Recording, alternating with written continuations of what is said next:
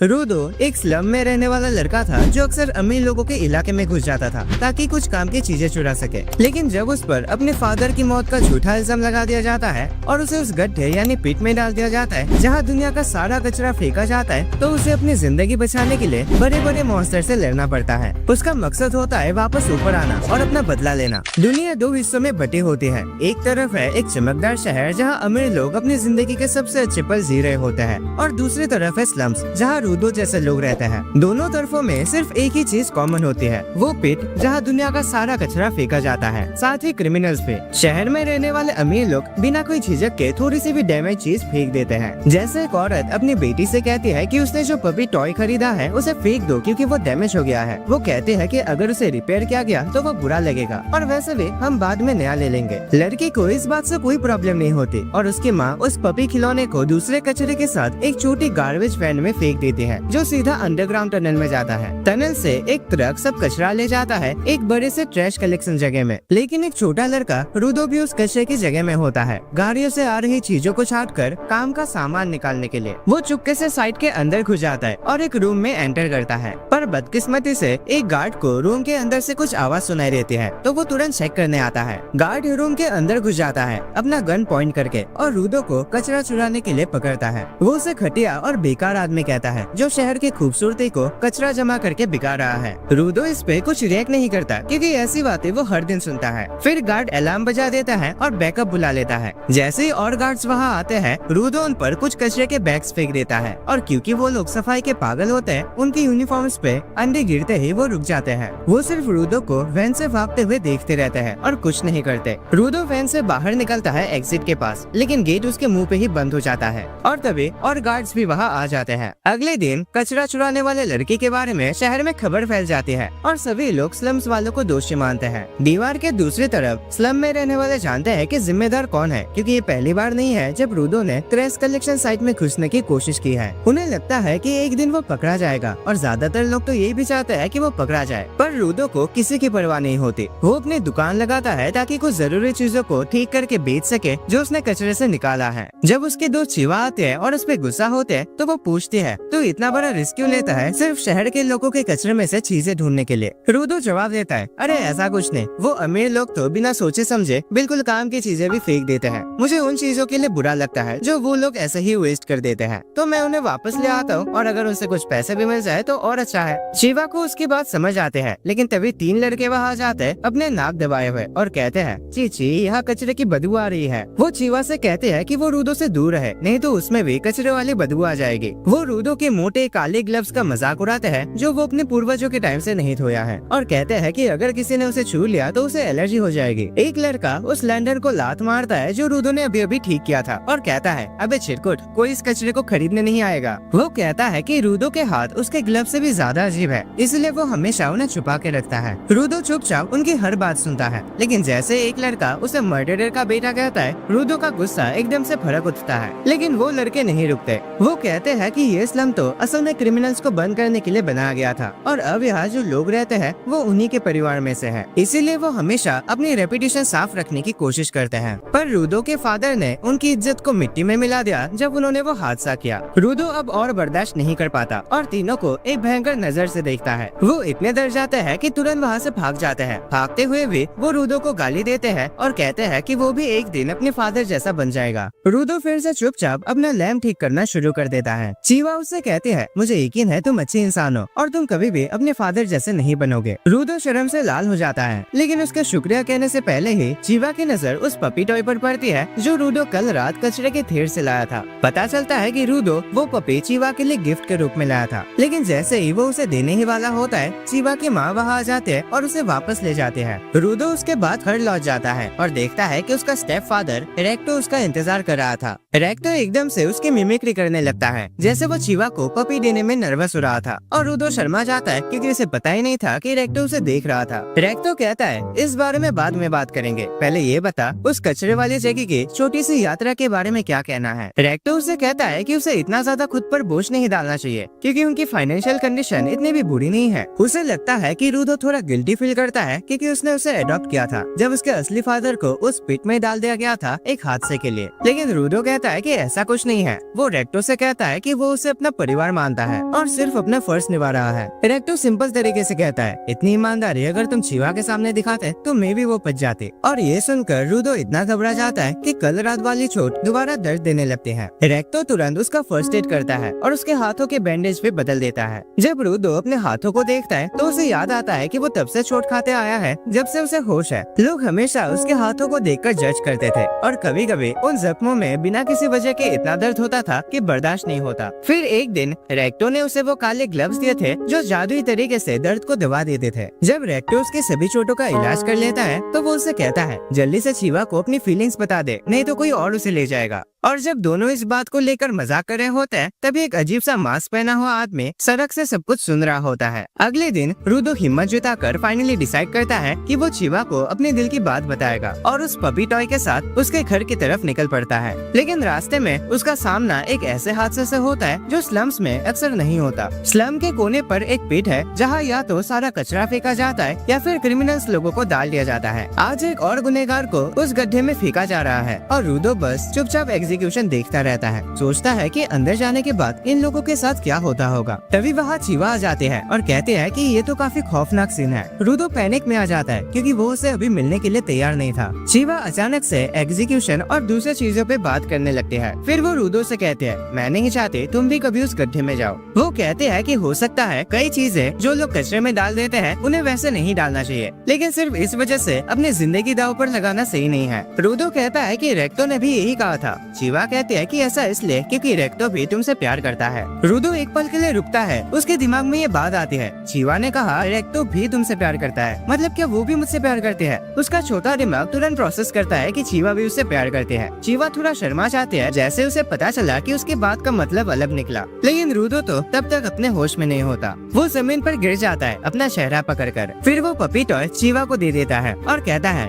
शायद तुम इसे नहीं लेना चाहोगे क्योंकि ये कचरे से आया है, लेकिन मुझे लगा कि ये पपी तुम्हारे पास ज्यादा खुश रहेगा। रूडो की खुशी का ठिकाना नहीं रहता जब चीवा वो टॉय ले लेती है और कहती है, मैं इसे हमेशा संभाल के रखूंगी। रूडो अपने लाइफ में पहली बार इतना खुश होता है। वो डांस करते हुए घर की तरफ लौटता है। सोचता है कि रेक्टो को तुरंत जाकर ये सब बताना है। रास्ते में उसका टकराव कुछ गार्ड से होता है जो उस पर ध्यान भी नहीं देते, लेकिन उसका छोटा दिमाग सोचता है कि ये लोग स्लम्स में क्या कर रहे हैं। वैसे भी रूडो घर पहुंचता है, मगर जैसे वो दरवाजा खोलता है वो चिल्ला पड़ता है। उसके सामने रेक्टो जमीन पर पड़ा होता है और उसके ऊपर वही क्रीपी मास्क पहना वाला आदमी होता है। वो आदमी रूडो की तरफ मुड़कर एक बार उसे देखता है, फिर चाकू को लेकर रेक्टो के शरीर के अंदर और गहरा घुसा देता है। रूडो का गुस्सा उसके बस से बाहर हो जाता है जैसे वो ये सब देखता है और वो सीधा उस मास्क वाले आदमी पर हमला कर देता है। लेकिन उस आदमी ने उसे इतना जोर से मारा कि रूडो को समझ ही नहीं आया कि वो कब बेहोश हो गया। जब तक रूडो होश में आता तब तक मास्क वाला आदमी अपना काम खत्म कर चुका होता है। वो जमीन से एक किताब उठाता है और बाहर निकल जाता है। जाने से पहले रूडो की तरफ एक बार देखता है। रूडो उसे फॉलो करने की कोशिश करता है, लेकिन तभी उसे रेक्टो की आवाज सुनाई देती है। रेक्टो अभी भी जिंदा होता है किसी तरीके से और अपने आखिरी सांस में वो रूडो से कहता है कि उसे तुरंत भाग जाना चाहिए। रूडो तुरंत उसके पास जाकर कहता है कि वो मदद लाएगा, लेकिन रेक्टो सिर्फ यही कहता है, यहाँ से भाग जाओ और इस बेकार सी दुनिया को बदल दो। ये कहकर रेक्टो का मन बिल्कुल शांत हो जाता है और रूडो समझ नहीं पाता कि ये सब क्या हो रहा है। तभी कुछ सैनिक वहाँ पहुँच जाते हैं और रूडो को इलेक्ट्रिक शॉक दे देते हैं क्योंकि उन्हें लगता है कि मर्डर उसने किया है। वो उसे जमीन पर दबा देते हैं और कहते हैं, तुझे मर्डर के इल्जाम में गिरफ्तार किया जाता है। रूडो कहता है, मैंने किसी को नहीं मारा, पर गार्ड कहता है कि तेरे बोले से अब कुछ फर्क नहीं पड़ता क्योंकि तुझे रंगे हाथों पकड़ा गया है। रूडो बार बार कहता है कि असली मुजरिम अभी थोड़ी देर पहले ही घर से गया है, अभी भी उसे पकड़ा जा सकता है, लेकिन गार्ड्स उसकी बात सुनने के मूड में नहीं होते, तो वो उसे जबरदस्त तरीके से सीधा सर पर मुक्का मारकर दोबारा बेहोश कर देते हैं। थोड़ी देर बाद रूडो को एग्जीक्यूशन जगह पर ले जाया जाता है ताकि उसे उसके गुनाहों की सजा मिल सके। स्लम्स के हर कोने से लोग उस मोमेंट को देखने के लिए वहाँ होते हैं और शहर के कुछ बड़े लोग भी वहाँ हाजिर होते हैं। जज रूडो से कहते हैं,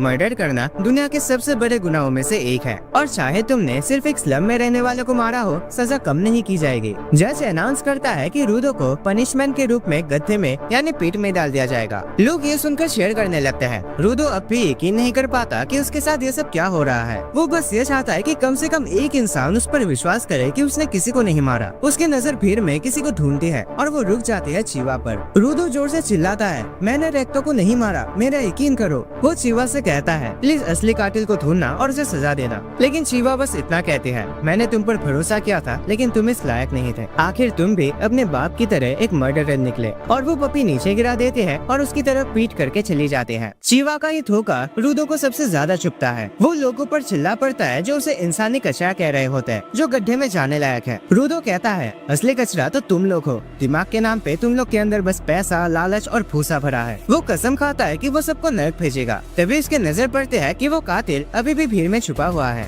लेकिन उसे किसी को कुछ बताने का मौका ही नहीं मिलता क्योंकि उसे गड्ढे के किनारे से धक्का दे दिया जाता है। रूडो को लगता है जैसे वो हमेशा के लिए गिरता जा रहा है और एक पॉइंट पे आके वो बेहोश हो जाता है। लेकिन किस्मत अच्छी थी, गड्ढे के नीचे पड़ा सारा कचरा उसकी जान बचा लेता है और जब वो होश में आता है तो देखता है कि उसे एक भी चोट नहीं आई। वो सोचता है कि ये क्या हो रहा है और ये कैसे मुमकिन है कि वो अभी भी जिंदा है। तभी उस जगह की गंदी बदबू अचानक उसके नाक पे अटैक करते हैं। इतनी ज्यादा बदबू होती है कि एक कचरे में पलने वाला कुत्ता भी अपना मुंह ढकने पर मजबूर हो जाता है। फिर रूडो कुछ नोटिस करता है, एक बड़ा सा कचरे का समंदर उसके सामने है और उसमें कुछ ऐसी चीजें भी है जो उसने कभी देखा ही नहीं था। रूडो सोचता है ये कौन सी जगह है। तभी एक बड़ी सी शैडो उसके ऊपर पड़ती है। वो तुरंत पीछे मुड़कर देखता है और जो उसके सामने होता है उसे देखकर उसकी आंखें खुली की खुली रह जाती है। एक बड़ा सा मॉन्स्टर जो पूरी तरह से कचरे से बना होता है उस पर हमला करने के लिए तैयार खड़ा होता है। रूडो का दिमाग एक सेकंड के लिए काम करना बंद हो जाता है। उसके दिमाग में ये बात घूमती रहती है कि उसे हमेशा अजीब लगता था कि लोग इतना ऑब्सेस क्यों होते हैं कचरे और इंसानी गंदगी को गड्ढे के नीचे भेजने में, लेकिन कभी किसी ने ये नहीं सोचा कि उनके साथ नीचे गड्ढे में और क्या होता है। और यही बात उसे सबसे ज्यादा परेशान करते हैं। पर रूडो जल्दी होश में आता है और अपनी जान बचाने के लिए भागता है क्योंकि वो मॉन्स्टर अब उसकी तरफ बढ़ने लगता है। लेकिन सब कुछ और ज्यादा खराब तब हो जाता है जब वो मॉन्स्टर जोर से घूमता है और उसकी आवाज सुन के और भी मॉन्स्टर कचरे के ढेर से बाहर निकल आता है। वो सब रूडो के पीछे दौड़ लगाते हैं। रूडो जितना तेज दौड़ सकता है दौड़ता है, लेकिन सारी मेहनत बेकार हो जाते हैं क्योंकि वो कुछ ही देर में उनके बीच फंस जाता है। वो सोचने लगता है कि आखिर ये मॉन्स्टर्स है क्या ये वाकई में कचरे के ढेर है जो खुद चल सकते हैं। मॉन्स्टर्स अचानक उस पर जम करते हैं, लेकिन रूडो किसी तरह से उनके अटैक से बच जाता है। वो वापस भागने की कोशिश करता है, लेकिन उसका पैर फिसल जाता है और वो सीधा एक इंसान के स्कल के ऊपर गिरता है। ये देखकर उसे अपनी किस्मत का एहसास होता है। रूडो गुस्से में उन लोगों को कोसता है जिन्होंने उसे इस नरक जैसे जगह में फेंक दिया है। तभी जहाँ वो खड़ा था वो कचरे का ढेर गिरने लगता है और रूडो नीचे एक खाई के पास जा गिरता है जो उसे मॉन्स्टर से कुछ दूर रखता है। लेकिन एक और चीज होती है जो उसे धीरे धीरे मार रही होती है। वो महसूस करता है कि इस जगह का हवा जहरीला है और अगर उसने ज्यादा देर तक सांस ले तो उसके लंग्स फट जाएंगे। वो तुरंत अपने ग्लव्स से अपना मुंह और नाक ढक लेता है और एक छुपने की जगह ढूंढने लगता है जहाँ वो थोड़ी देर आराम कर सके। लेकिन फिर उसके दिमाग में आता है कि शायद इस नरक में कोई सेफ जगह है ही नहीं। वो अपनी उम्मीद खोना शुरू कर देता है और तभी उसके मुंह से खून निकलने लगता है। उस आवाज को सुनकर मॉन्स्टर वापस उसकी तरफ आने लगते हैं। रूडो जमीन पर गिर जाता है, इतना कमजोर और लाचार कि उसमें चलने की भी हिम्मत नहीं बची होती। वो लगभग अपनी किस्मत को एक्सेप्ट कर ही लेता है। तभी उसे रैक्टो के वो आखिरी पल याद आ जाते हैं। एक अजीब सी शक्ति अचानक रूडो के हाथों में महसूस होती है, लेकिन उसे उसका पता भी नहीं चलता। हाँ, उसके नजर में बदलाव जरूर आता है और वो देखता है कि कचरे के ढेर में से एक आयरन पाइप से रोशनी निकल रही है।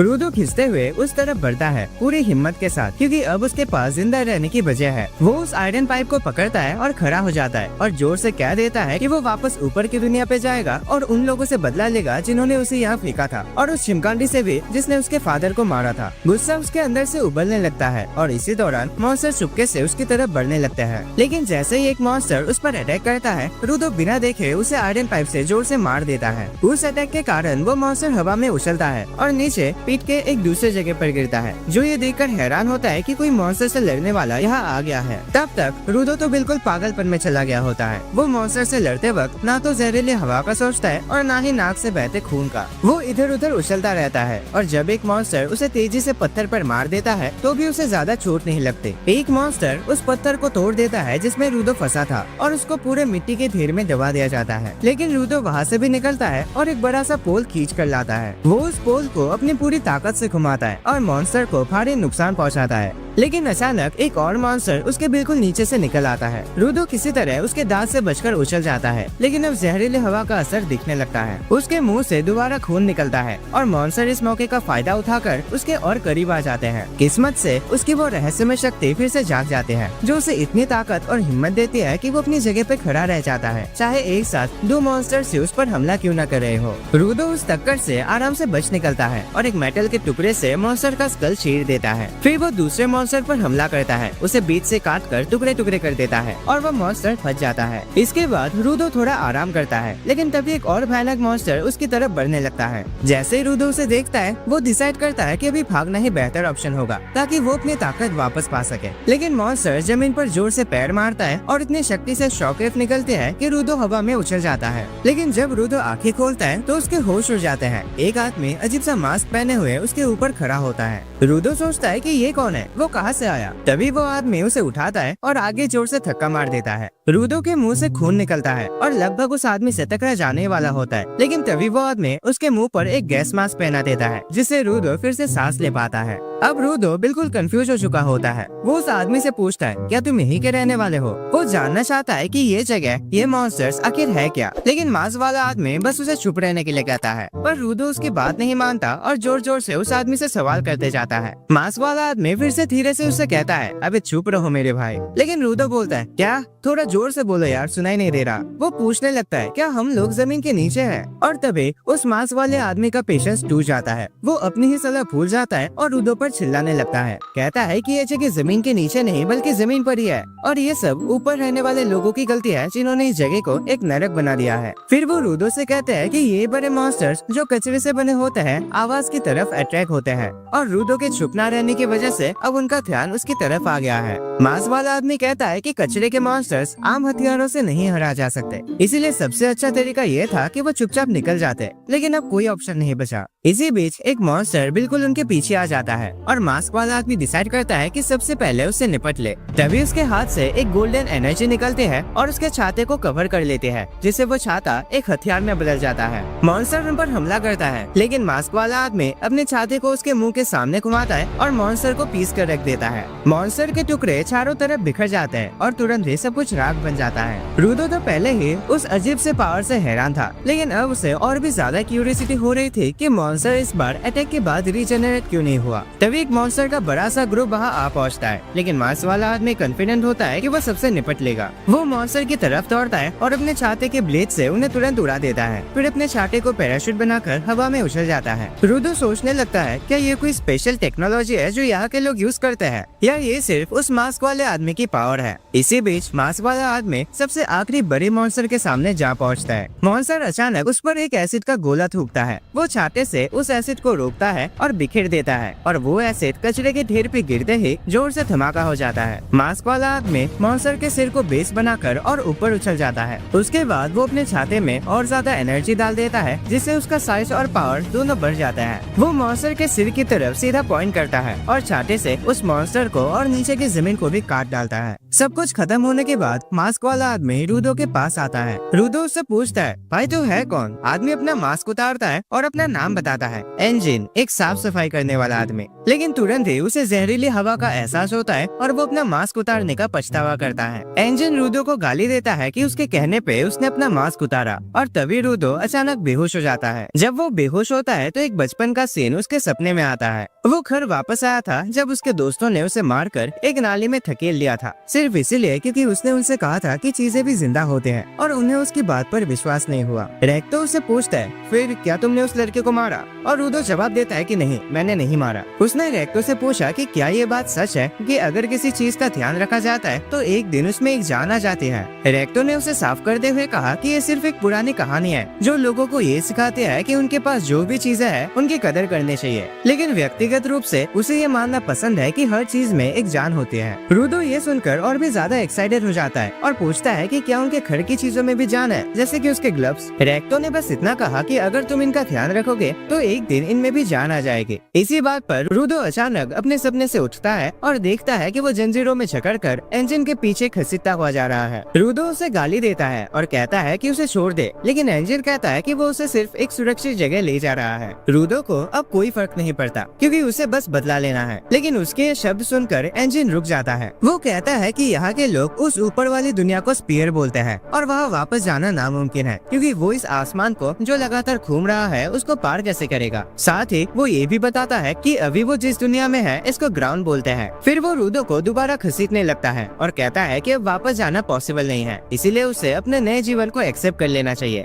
रूडो हार मानने से इनकार कर देता है और कहता है कि वो किसी भी कीमत पर ऊपर की दुनिया में वापस जाएगा। उसका मानना है कि एंजिन को रास्ता पता है लेकिन वो छुपा रहा है। वो चिल्ला चिल्ला कर कहता है कि सब कुछ बता दो वरना वो इतना चिल्लाएगा कि और मॉन्स्टर्स आ जाएंगे। एंजिन गुस्से में आकर कहता है कि ठीक है, वो उसे बताएगा कि ये जगह असल में है क्या। वो उसे और भी लापरवाही से घसीटने लगता है और एक ऐसी जगह में ले जाता है जो बाकी जगहों से 100 गुना साफ है। एंजिन उसे वही छोड़ देता है और कहता है कि मजे करो और तुरंत चला जाता है। रूडो चिल्लाता है, अबे ओए कम से कम मुझे खोल तो दो, लेकिन एंजिन कुछ कहे बिना वहाँ से चला जाता है। तभी कुछ लोग गैस मास्क पहने हुए ट्रक से बाहर निकलते हैं और रूडो की तरफ बढ़ते हैं। रूडो सोचता है कि क्या ये लोग इस जगह के रहने वाले हैं। वो लोग भी उसे देखकर काफी क्यूरियस होते हैं। उसके कपड़ों से अंदाजा लगाते हैं कि वो स्पीयर से आया है और अजीब अंदाज में उसके पास आते हैं। रूडो घबरा कर कहता है कि वो स्पीयर से गिर गया था। ये सुनकर वो लोग अपने मास्क निकाल लेते हैं और काफी एक्साइटेड हो जाते हैं क्योंकि पहली बार उन्होंने किसी जिंदा स्पीयर के इंसान को देखा है। पहले उन्हें सिर्फ उनके लाशें ही मिलते थे। वो लोग रूडो का चेहरा देखने लगते हैं और रूडो तुरंत उनसे दूर हट जाता है। वो कहते हैं कि उनका इरादा बुरा नहीं है और उसकी जंजीरें खोलने लगते हैं, जिसे रूडो सोचता है कि ये एंजिन से तो काफी अच्छे लोग हैं, लेकिन सब कुछ असल में एक चाल थे। और कुछ ही देर में रूडो खुद को एक ट्रक के अंदर और भी मजबूती से बंधा हुआ पाता है। रूडो हैरान हो जाता है कि ये सब क्या हो रहा है, लेकिन बाहर के लोग बात कर रहे होते हैं कि उनके हाथ एक जिंदा स्पेराइट मिल गया है जो उनके लिए बहुत कीमती सबूत बनेगा। यहाँ के लोग उन ऊपर रहने वाले लोगों को स्पेराइट बोलते हैं। वो कहते हैं कि लोग मरते हुए स्पेराइट के बॉडी पार्ट्स और कपड़ों के लिए भी पागल होते हैं, तो एक जिंदा मिल जाए तो वो और भी ज्यादा बिकता है। तब उनका लीडर कहता है कि लोग इतनी बड़ी रकम इसलिए देते हैं क्योंकि उन्हें स्पीयर में रहने वाले लोगों से नफरत है। स्पीयर के लोगों ने अपने कचरे को ग्राउंड पर फेंक दिया, जिससे हवा जहरीली हो गई और मॉन्स्टर्स पैदा हो गए। जिन लोगों ने मॉन्स्टर से अपने घर, परिवार या जान खोई है,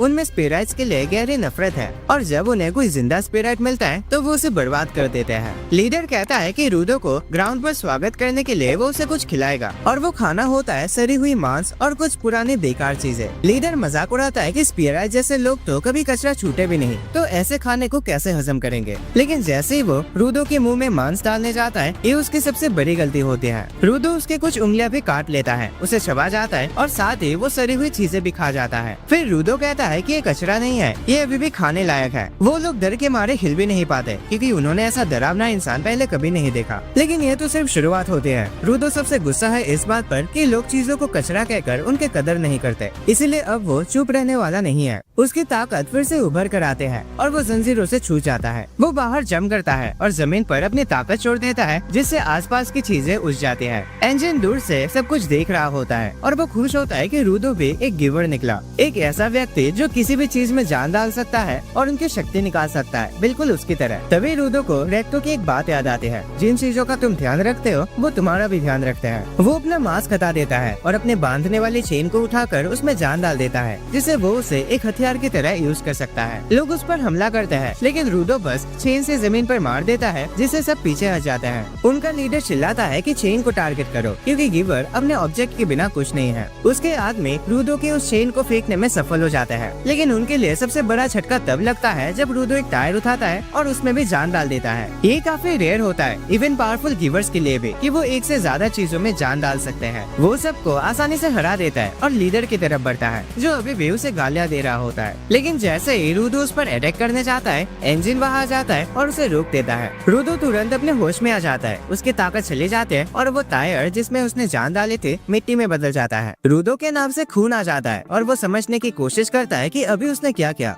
एंजिन कहता है कि इतनी ज्यादा ताकत बिना सोचे समझे इस्तेमाल करना उसके शरीर को थका देता है। वो माफी मांगता है कि उसने रूडो की ताकत को टेस्ट किया। फिर एंजिन उसे वादा करता है कि वो इस दुनिया के बारे में और उसके पावर्स के बारे में सब कुछ बताएगा, लेकिन बदले में वो चाहता है कि रूडो उसके ग्रुप जिसका नाम है क्लीनर्स उसमें शामिल हो, क्योंकि उन्हें मॉन्स्टर से लड़ने के लिए ऐसे लोगों की जरूरत है। लेकिन रूडो के लिए ये सब कुछ एकदम ज्यादा हो जाता है और वो कहता है कि उसे उनके साथ नहीं जाना। लेकिन लगता है कि एंजिन को ना शब्द का मतलब नहीं पता। वो रूडो को इलाज के लिए एक क्लिनिक ले जाता है और अपने दोस्त को कॉल करके कहता है कि उसने एक जीनियस ढूंढ लिया है और उसे क्लीनर्स में ज्वाइन करा लिया है। रूडो ये सुनकर हैरान रह जाता है, क्योंकि उसने कभी भी हाँ बोला ही नहीं था। वो कहता है कि उसे तुरंत वापस पियर जाना है, लेकिन एक अजीब डॉक्टर जिसके आप ब्लैक होल से भी बड़े लगते हैं, उसे चुप रहने को बोलता है। डॉक्टर रूडो पर चिल्लाता है कि उसने उस कचरे के ढेर में जाने की हिम्मत कैसे की, जबकि वहाँ की हवा जहर जैसी है। फिर वो उसे बेवकूफ कहकर डांटने लगता है कि वो किडनैप भी हो गया और कहता है कि उसे इंजन का शुक्रिया अदा करना चाहिए जिसने एक दिन में उसे 2 भयानक हादसों से बचाया। रूडो मन ही मन इंजन को गाली देता है और फिर वही डॉक्टर, जो असल में एक बूढ़ी औरत होती है, उस पर गुस्सा हो जाते हैं जब रूडो उसे गलती से बुढ़ा आदमी कह देता है। जब इलाज पूरा हो जाता है तो वो बूढ़ी औरत उन दोनों को क्लिनिक से बाहर धक्के मारकर निकाल देते हैं। बाहर रूडो इंजन का शुक्रिया अदा करता है उसके इलाज का खर्चा उठाने के लिए और कहता है कि उसे सिर्फ वापस जाने का रास्ता चाहिए। उसका कहना होता है कि उसके पास क्लीनर विलीनर बनने का टाइम नहीं है, या जो भी इंजन अपने आप को कहता है। लेकिन इंजन बताता है कि उसे उम्मीद थी कि किडनैप होने के बाद रूडो को ये समझ आ जाएगा कि स्पियराइट्स को यहाँ नीचे कैसे ट्रीट किया जाता है। वो रूडो को बताता है कि अगर किसी ने जान लिया कि वो स्पियर से आया है तो उसे अपने जन्म पर भी पछतावा होगा। और सबसे जरूरी बात, यहाँ किसी भी इंफॉर्मेशन का कोई फ्री में लेना देना नहीं होता। इंजन उसे एक अजीब से शहर की तरफ ले जाता है जो कि बाहर की गंदगी भरी दुनिया से तो काफी बेहतर लगते हैं। वो रूडो को बर्गर खिलाता है और रूडो बिना सोचे समझे उसे निगल जाता है, क्योंकि पहले जो सड़ा हुआ मांस उसने खाया था वो सब वो उल्टी कर चुका था। पहले उसका मानना था कि ये पेट सिर्फ कचरे से भरा होगा, लेकिन यहाँ लोगों के रहने के लिए शहर भी है। वो देखता है कि एक लड़के दुकान के अंदर जा रही है और उसे घूरना शुरू कर देता है। लेकिन तब इंजन उसे सरफेस के बारे में एक सबक देता है। वो कहता है कि यह सिर्फ कचरा ही नहीं बल्कि इमोशंस भी इकट्ठा होता है एक एनर्जी के रूप में, जिसे आनिमा कहता है। वो कचरे के मॉन्स्टर्स उसी आनिमा का एक रूप है। ज्यादातर बीस्ट कचरे के ढेर के आसपास रहता है, लेकिन कभी कभी वो शहरों पर भी हमला कर देते हैं। वो कहता है कि आम हथियार उन बीस्ट को नुकसान नहीं पहुंचा सकते क्योंकि उनके कोर किसी और चीज से बने होते हैं, लेकिन रूडो के ग्लव्स उन्हें तोड़ सकते हैं। रूडो ये सुनकर हैरान रह जाता है।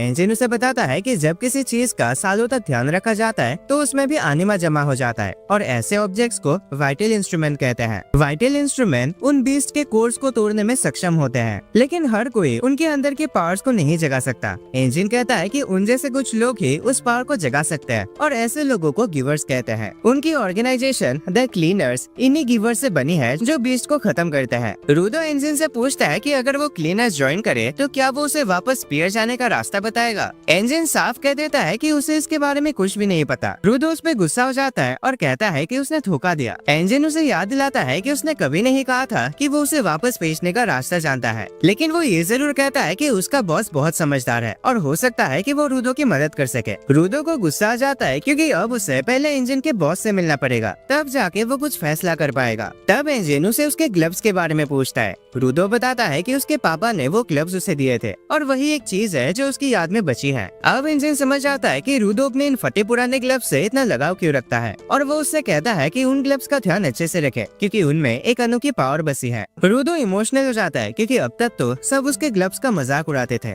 लेकिन तभी इंजन को एक मैसेज आता है और वो कहता है कि उसे एक दोस्त से मिलने जाना है। रूडो अचानक उठता है और उसका शुक्रिया अदा करता है इतना मदद करने के लिए। इंजन उसके जवाब में एक पैसों का बैग उस पर फेंकता है और कहता है कि ध्यान से खर्च करे। रूडो विश्वास नहीं कर पाता कि इतना कुछ करने के बाद भी इंजन उसे पैसे दे रहा है, लेकिन इंजन कहता है कि इसमें बड़ी बात क्या है, उसने तो रूडो के कपड़े बेच दिए थे उन पैसों के लिए। उसी पैसों से वो रूडो का इलाज करवा पाया और उसे खाना भी खिला पाया, इसीलिए उसे शुक्रिया कहने की भी जरूरत नहीं है। रूडो ये सुनकर हिल जाता है, लेकिन इंजन उसे समझाता है कि वैसे भी वो स्पियर के कपड़ों में शहर में घूम नहीं सकता था। फिर इंजन कहता है कि अब वो अपने ट्रेनर से मिलने जा रहा है और रूडो से कहता है कि वो वहीं रुककर इंतजार करे। रूडो अंदर से गुस्से से उबल रहा होता है, लेकिन तभी उसकी नजर एक बिल्ली पर पड़ती है जो उसके पैसे लेकर भाग जाते हैं। वो तुरंत उसके पीछे दौड़ता है, लेकिन बिल्ली को पकड़ नहीं पाता। किस्मत से उसे रास्ते में एक छान जैसा डंडा मिलता है जिसे वो तुरंत उठाता है और उसकी मदद से बिल्ली को रोक लेता है। जैसे वो बिल्ली को दबा लेता है, उस डंडे का असली मालिक वहाँ आ जाता है और रूडो पर गुस्सा हो जाता है कि उसने उसका स्टाफ चुराने की कोशिश की। रूडो उससे पूछता है कि इस बेकार सी लकड़ी में ऐसा क्या खास है। तब वो आदमी और भी गुस्सा हो जाता है। वो तुरंत अपना स्टिक वापस ले लेता है और रूडो को धक्का देकर कहता है कि उसे अपने काम की कीमत चुकानी पड़ेगी। इसके बाद वो आदमी अपने स्टाफ के साथ अजीब हरकतें करने लगता है, जिससे रूडो पूरी तरह से कंफ्यूज हो जाता है। तभी उसकी नजर इंजन के छतरी पर बने क्लीनर्स के सिंबल पर पड़ते हैं और वो समझ जाता है कि सामने वाला आदमी भी एक क्लीनर है। वो आदमी अपने स्टाफ की पावर को एक्टिवेट करता है और उसे हथियार में बदल देता है। फिर उससे रूडो पर हमला करता है, लेकिन वो जानबूझकर चूक जाता है क्योंकि इंजन ने उसे रूडो के बारे में पहले ही बता दिया था। वो अपने इंट्रोडक्शन देता है जांग का,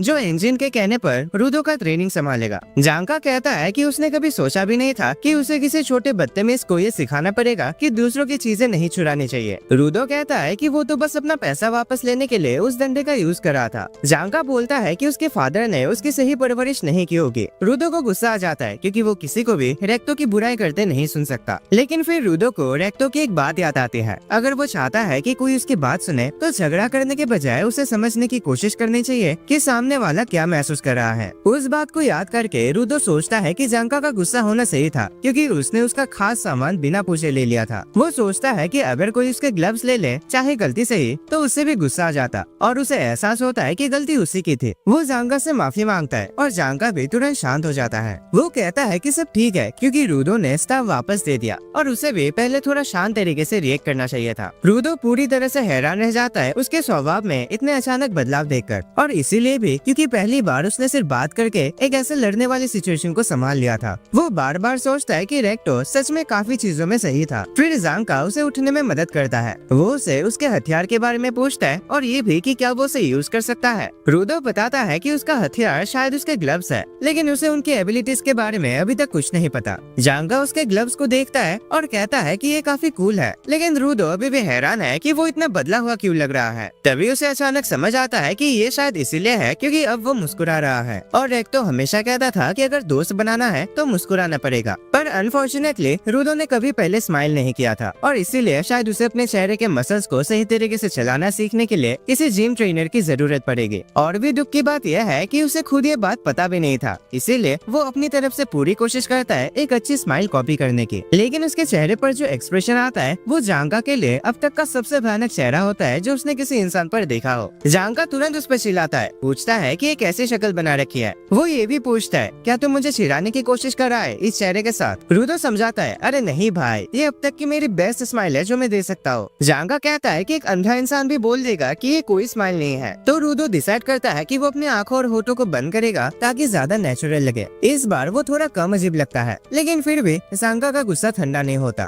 जांका सोचता है कि शायद रूडो अब ओवर कॉन्फिडेंट हो गया है क्योंकि एंजिन ने उसे जीनियस कहा था और अब वो उसका मजाक उड़ा रहा है। वो कहता है, अगर तू ऐसे मजाक करता रहा तो कभी अपने सपने को हासिल नहीं कर पाएगा। लेकिन ये एक लाइन थी जो उसे नहीं बोलनी चाहिए थी। रूडो तुरंत सोचता है अपने सपने के बारे में, स्पीयर में वापस जाना और रेक्टो की अंतिम इच्छा के मुताबिक पूरे स्पीयर को बदलना। वो जांका को कहता है कि वो अपने गोल्स को लेकर बिल्कुल सीरियस है। वो कहता है, देख लकड़ी के डंडे, पहली बात तो यह है कि तू मेरा इंसल्ट करना बंद कर। जांका फिर से अपना वेपन निकाल लेता है और कहता है कि उन दोनों के बीच कभी नहीं बनेगी। रूडो भी हाँ में हाँ मिलाता है और पास के एक गार्बेज बिन से एक मेटल रॉड निकाल लेता है और उसमें पावर जगा देता है। जांका हैरान रह जाता है देखकर कि रूडो एक रैंडम चीज को भी अपने हथियार के रूप में इस्तेमाल कर सकता है, और तभी उसे समझ आता है कि एंजिन ने उसे जीनियस क्यों कहा था। लेकिन वो अब भी कॉन्फिडेंट है कि अगर रूडो के पास सिर्फ नेचुरल टैलेंट है तो वो उस जैसे एक एवरेज इंसान से नहीं जीत पाएगा जो मेहनत करके यहाँ तक पहुँचा है। रूडो उसके बाद कोई इंसल्ट नहीं समझता और ध्यान नहीं देता जब तक जांका का स्टाफ उसके बिल्कुल पास सिर्फ कुछ ही दूरी पर गिरता है। उसे बचने के लिए जोर से हटना पड़ता है और वो भागता है, जिससे जांका तुरंत ऑफेंसिव मोड में चला जाता है और उसे जमीन पर गिरा देता है। जांका अपनी जीत से खुश होता है, लेकिन फिर उसके चेहरे पर कुछ दिखाई देता है। वो उसे साफ करता है और क्यूरियोसिटी में उसे सूंघता है और उसे पता चलता है कि वो टट्टी थी। वो शॉक में चिल्लाता है क्योंकि रूडो ने जो मेटल रॉड उठाए थे वो असल में एक टॉयलेट क्लीनर का हिस्सा था। जांका उसे समझाने की कोशिश करता है कि वो टॉयलेट क्लीनर जिसे प्लंजर कहते हैं वो क्या होता है, लेकिन रूडो कोई भी बात सुनने के मूड में नहीं होता। वो गुस्से में उस प्लंजर को घुमाना शुरू कर देता है जो अभी भी किसी के पालक पनीर से भरा हुआ था। जांका घबरा जाता है और अपनी तरफ से पूरी कोशिश करता है उड़ती हुई गंदगी से बचने की, और आखिरकार वो रूडो से भाग जाता है। रूडो को समझ नहीं आता कि वो अब इतना डरा हुआ क्यों है, लेकिन जब बात उसके फेवर में जा रही है तो उसे कौन रोके। अब वो उसका पीछा करता है, जांका को प्लंजर से डराता हुआ। थोड़ी देर बाद वो दोनों छोटी गलियों में टॉम एंड जेरी जैसे भाग दौड़ करते हैं। फिर जांका मेन सड़क तक पहुंच जाता है और रूडो उसके बिल्कुल पीछे। अचानक जांका के पैरों के बीच एक बिल्ली आ जाती है और वो अपना बैलेंस खो बैठता है, जिससे रूडो को उसके करीब पहुंचने का मौका मिल जाता है। रूडो जमीन से उछलता है और पूरे जोर से प्लंजर घुमाता है उस बेचारे जांका की तरफ। जांका पर गरम गरम टट्टी का अटैक पड़ता है जो उसे सीधा बेहोश कर देता है। थोड़ी देर बाद एंजिन वहाँ पहुँचता है दोनों को चेक करने। वो रूडो से पूछता है, तुम मिल लिए अपने नए टीचर से? रूडो सिर्फ जांका की तरफ उंगली से इशारा करता है जो अभी भी कचरे के ढेर पर पड़ा हुआ हिलता डुलता नजर आता है। एंजिन उसे साफ करने में मदद करता है और अपने गाड़ी में बिठा लेता है, लेकिन वो हंसी नहीं रोक पाता कि जांका को कैसे किसी ने टट्टी से हरा दिया। भाई इससे अच्छा तुम मर जाते, क्या करोगे इस टट्टी भरे जिंदगी का। रूडो भी अंदर से थोड़ा सदमे में चला जाता है जब उसे सच में समझ आता है कि वो इतने टाइम से किस चीज को सड़कों पर लहरा रहा था। फिर एंजिन कहता है कि जांका एक बिगड़ा हुआ लड़का लड़का है और उसने कभी नहीं सोचा था कि कोई उसे इस तरह संभालेगा। रूडो सिर्फ जंगा को देखता रह जाता है जब उसकी नजर कार के बैक सीट में रखे एक जूते पर पड़ते हैं। तब एंजिन रूडो से कहता है कि चाहे उनकी पहली मुलाकात अच्छी ना रही हो, लेकिन अब जांगा ही उसका टीचर होगा। वो जांगा की तारीफ करता है कि वो मैजिकल हथियारों को हैंडल करने में सबसे स्किल ट्रेनर है। ऐसा लगता है कि जांगा एंजिन की बातों को काफी सीरियसली लेता है, क्योंकि वो ये सुनकर धीरे से मुस्कुराने लगता है। तभी एंजिन गाड़ी के पीछे बैठे एक औरत जिसका नाम रियो है उससे पूछता है, तू कब से यहाँ है? रियो अपनी नींद से उठती है और कहती है कि उसे नए लड़के के बारे में क्यूरियोसिटी थी, इसलिए आ गई। रूडो उसे बस देखता रह जाता है क्योंकि वो काफी सुंदर है। और फिर अचानक रियो उसके बालों से खेलने लगते हैं क्योंकि वो काफी यूनिक है, जिससे रूडो सोचता है कि क्या वो गलती से स्वर्ग में आ गया है। जब तक वो अपने ख्यालों में खोया रहता है, एंजिन गाड़ी चलाता हुआ शहर के बाहर ले जाता है, एक ऐसी जगह जहाँ क्लीनर हेडक्वार्टर्स जंगल के बीचों बीच मौजूद है। एंजिन कुछ खंडर जैसे शहरों के पास से गुजरता है और एक मजबूत टनल तक पहुँचता है जो एक बड़े पत्थर के दीवार के अंदर से गुजरते हैं। जब वो टनल के दूसरी तरफ निकलता है, सब लोग कार से उतरता है और एंजिन रूडो का स्वागत करता है क्लीनर्स के हेडक्वार्टर्स में। रूडो अभी भी रियो की उसके बालों से खेलने वाले मूवमेंट से शौक में होता है और जैसे वो बिल्डिंग की तरफ बढ़ता है, कुछ मक्खियाँ उसके आसपास मंडराने लगते हैं। बिल्डिंग के अंदर एक हॉटशॉट रिसेप्शनिस्ट शांति से एक एडल्ट मैगजीन पढ़ रहे होते हैं। एंजिन उसका इंट्रोडक्शन रूडो से करवाता है। उसका नाम है सैम्यू। वो कहता है कि सैम्यू हर नए मेंबर को देखकर जज करते हैं, लेकिन जैसे ही वो उसकी एबिलिटी के बारे में बताने वाला होता है, सैम्यू तुरंत अपना चम्मच रूडो की तरफ फेंकते हैं। दोनों मक्खियों को एक ही बार में मार गिराते हैं। रूडो बिल्कुल हैरान रह जाता है, लेकिन तब सैम्यू उसका स्वागत करते हैं और कहते हैं कि एंजिन ने उसके बारे में सब कुछ बताया है, लेकिन उसे खुद भी उसका असेसमेंट करना होगा। जैसे वो अपने ग्लासेस पे फोकस करना शुरू करते हैं, एंजिन बताता है कि ये उसका वाइटल इंस्ट्रूमेंट है जो उनकी विजन को बूस्ट करता है, और जब वो पूरी तरह फोकस करे तो वो देख सकते हैं कि कोई इंसान अंदर से कैसा बना है। रूडो के लिए ये सब नया होता है, लेकिन उसे ज्यादा सोचने का वक्त नहीं मिलता। जब सैम्यू अपने ग्लासेस की पावर जगाते हैं और रूडो के पोटेंशियल को देखते हैं, तो वो हैरान रह जाते हैं और तुरंत अपनी एबिलिटी बंद कर देते हैं। जब एंजिन उसे पूछता है कि उसने क्या देखा, तो वो कहते हैं कि रूडो ऑलरेडी फिजिकली फिट है, इसीलिए उसे बॉडी ट्रेनिंग की जरूरत नहीं है और उसका अपने वाइटल इंस्ट्रूमेंट के साथ कनेक्शन भी अच्छा है, बस उसे सही से यूज करने के लिए थोड़ी ट्रेनिंग चाहिए। एंजिन को लगता है कि वो कुछ छुपा रही है, तो वो उसे दोबारा पूछता है। तब सैम्यू कहते हैं कि रूडो की गर्दन के पीछे अभी भी गंदगी लगी है। एंजिन ये सुनकर जोर से हंस पड़ता है और फिर डिसाइड करता है कि अब रूडो को बॉस से मिलवाया जाए, लेकिन जाते वक्त वो सैम्यू की तरफ देखता है क्योंकि उसे लगता है कि वो कुछ जरूर छुपा रही है। रास्ते में एंजिन रूडो को बताता है कि टोटल 100 क्लीनर्स है, जिनमें फाइटर्स, गार्ड्स और सपोर्ट करने वाले लोग शामिल है, लेकिन उन सब की ड्यूटी अलग अलग जगह होती है, इसीलिए ज्यादातर लोग हेडक्वार्टर्स में नहीं मिलते। वो कहता है कि रूडो को कुछ क्लीनर से मिलना चाहिए और ये ज्यादा टाइम नहीं लेगा, लेकिन जैसे ही वो लिविंग रूम का दरवाजा खोलता है, अंदर ऑलरेडी कुछ क्लीनर्स होता है, तो वो तुरंत दरवाजा बंद कर देता है और कहता है कि पहचान वहचान बाद में हो जाएगी। थोड़ी देर बाद वो लोग बॉस के रूम के पास पहुंचता है, लेकिन उसके अंदर जाने से पहले